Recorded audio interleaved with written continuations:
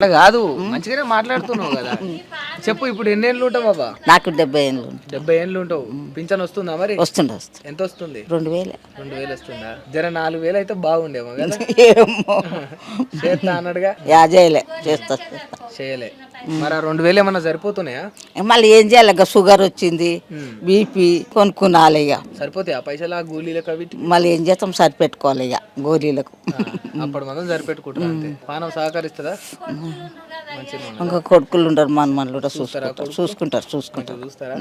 మంచిగా చూసుకుంటారు, పెద్దగానే ఉండరు. చాలా మంది తల్లిదండ్రులను పిల్లలు చూసుకుంటలేరు కదా. ఇప్పుడు చూసుకుంటారు, ఎందుకు అనొద్దు మళ్ళీ ఆ మాట. చూసుకుంటారు, మంచిగా చూసుకుంటారు. మరి తల్లిదండ్రులను వదిలేసే పిల్లలకి ఏం చెప్తావు? ఏం చెప్పాలి? వాళ్ళకు తెలివి ఉండాలి, తల్లిదండ్రులకు చూసి. పిల్లలకు కూడా ఉండాలి, మంచిగా ఉండాలి. కన్నందుకు మంచిగా చదవాలి. మళ్ళా చూస్తారు, మంచిగానే చూస్తారు. నాకైతే ఇప్పుడు ఎన్ని ఏళ్ళ నుంచి ఉంటున్నావు హైదరాబాద్ లో? ఎన్నేళ్ళైనా మేము వచ్చి మా బిడ్డ పుట్టింది. నీకు యాదికి లేదా?